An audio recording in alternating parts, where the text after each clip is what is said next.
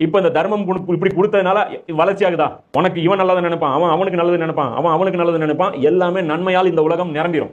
இப்போ என்ன ஆயிடுச்சு, ஒவ்வொருத்த மேலேயும் கோபம் வருது. இவன் இப்படி இருக்கான், இவன் இப்படி இருக்கான். இப்போ எல்லாரும் வாயிலும் வருதா?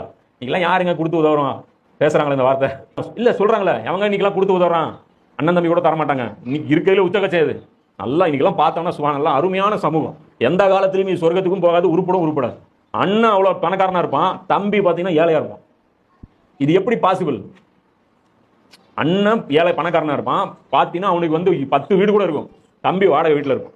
மனசாட்சி எப்படி உனக்கு வந்துச்சு? ஒரு 4 வீடு கொடுத்து இதை வச்சுக்கோன்னு சொல்லி சொல்ல மாட்டான்.